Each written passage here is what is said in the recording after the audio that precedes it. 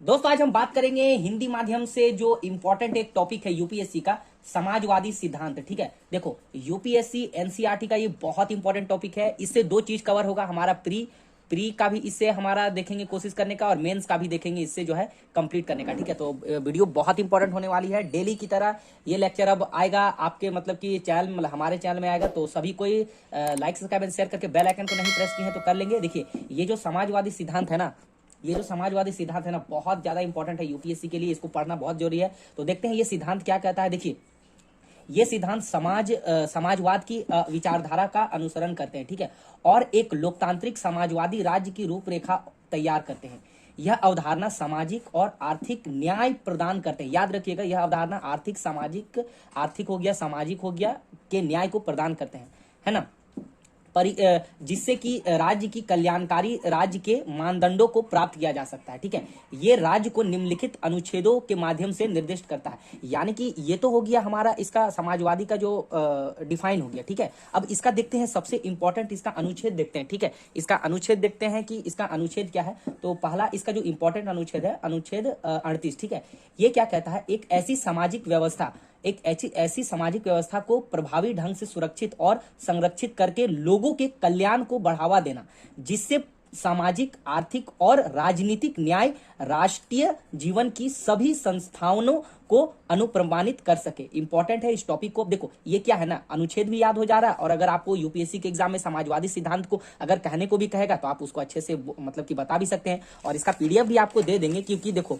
ये बहुत important topic है, इसीलिए इसको डिस्कस कर रहा हूं। ठीक है, उसके बाद एक आपका आता है अनुच्छेद, एक अनुच्छेद 39A आता है। ठीक है, इसी का पार्ट है। इसमें क्या कहता है कि सभी नागरिकों के लिए आजीविका के पर्याप्त साधन का अधिकार प्राप्त होगा। ठीक है, इसके बाद इसी तरह इसके अनुच्छेद 39B में क्या कहता है कि सभी के कल्याण हेतु समुदाय के भौतिक संसाधनों का समान वितरण, यानी जो समुदाय के भौतिक संसाधन है उसका समान वितरण की गारंटी अनुच्छेद 39B देता है। 39C क्या कहता है, धन और उत्पादन संसाधनों का संकेंद्रण रोकने के लिए आर्थिक प्रणाली का संचालन करना आवश्यक है। 39D क्या कहता है, पुरुषों और महिलाओं, देखो ये बहुत इंपॉर्टेंट है। ठीक है, इसको आप मेंस के तौर पे भी लिख सकते हैं अगर इस टॉपिक पे अगर क्वेश्चन पूछे तो। इसमें क्या कहता है, पुरुषों और महिलाओं दोनों के लिए समान काम के लिए समान वेतन की इसमें गारंटी बताई गई है 39D में। 39E क्या कहता है, बच्चों के स्वास्थ्य एवं विकास के लिए अवसर सुनिश्चित करना, ये भी इंपॉर्टेंट है, देख लीजिएगा। ये सब इंपॉर्टेंट टॉपिक होता है, इंटरव्यू में भी आप इसका जो है जवाब दे सकते हैं अगर पूछेगा सामाजिक के बारे में। ठीक है, अनुच्छेद 39A ये भी बहुत इंपॉर्टेंट है। 39A को देखना है, समान न्याय को बढ़ावा देना और गरीबों के लिए निःशुल्क विधिक सहायता प्रदान करना। विधिक सहायता जैसे कानूनी सहायता हो गया गरीबों के लिए, और समान न्याय जो है उसको देना। ठीक है, उसके बाद आते हैं हम अनुच्छेद 41 में आते हैं। ठीक है, इंपॉर्टेंट है, काम पाने का अधिकार, शिक्षा का अधिकार एवं बेरोजगारी, बुढ़ापा, बीमारी और आपका जो निःशक्तता होता है, जैसे कि एक होता है ना विकलांगता में, विकलांगता के मामले में लोक सहायता पाने का अधिकार, यानी कि लोक सहायता पाने का अधिकार अनुच्छेद 41 प्रदान करता है, जिसमें हम शिक्षा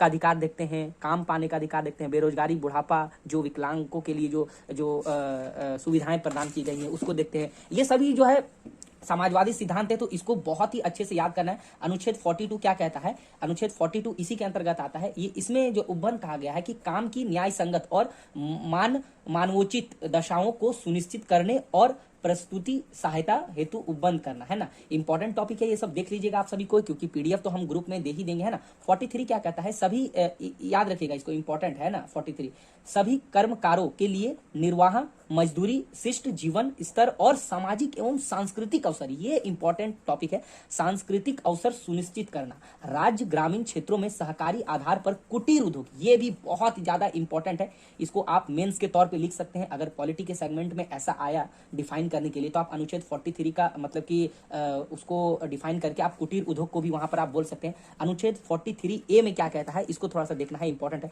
उद्योगों के प्रबंधन, ये इंपॉर्टेंट है। ठीक है, ये भी इंपॉर्टेंट है, उद्योगों के प्रबंधन में कर्मकारों की भागीदारी सुनिश्चित करने के लिए कदम उठाना। ठीक है, ये थोड़ा सा इसको याद कर, देखिए एक बार में कोई चीज भी याद नहीं होता है, हमें उसको बार बार पढ़ना पड़ता है, इसीलिए हम पीडीएफ वगैरह ग्रुप में डाल दिया करते हैं। तो व्हाट्सएप ग्रुप ज्वाइन नहीं करा है तो कर लेना। अनुच्छेद 47 देखते हैं, ये सामाजिक जो सिद्धांत का है, इसका देखते हैं, लोगों के पोषण स्तर और जीवन स्तर को ऊंचा करने और सामाजिक स्वास्थ्य सुधार करना, मतलब लोगों के जो पोषण हो गया, और जीवन स्तर हो गया और इसके सार्वजनिक स्वास्थ्य को जो है सुधार में लाना। तो ये देखो, ये इंपॉर्टेंट टॉपिक था हमारा किसका, ये था हमारा समाजवादी सिद्धांत का। तो समाजवादी सिद्धांत बहुत ज्यादा इंपॉर्टेंट है यूपीएससी के तौर पे, और इसका अगर आपको पीडीएफ भी चाहिए तो पीडीएफ भी हमारा मिल जाएगा, ठीक है। तो कमेंट सेक्शन में और डिस्क्रिप्शन में मैंने नंबर दे दिया है व्हाट्सएप का, वहां से हमको हाई करो, आपको ग्रुप में ज्वाइन कर लेंगे। जस्ट ग्रुप में ऐड होने के लिए आपको 100 लगेगा, जिसमें आपको रेगुलर इसी तरह के पीडीएफ आपको देखने को मिलेगा, क्योंकि अब मतलब कि टारगेट भी 1 ईयर का लेकर के चलना है, तो इंपॉर्टेंट भी रहेगा। बाकी वीडियो पसंद आई लाइक कीजिए, शेयर कीजिए और अपने फ्रेंड्स में इसको फैलाइए। तब तक मिलते हैं नेक्स्ट वीडियो।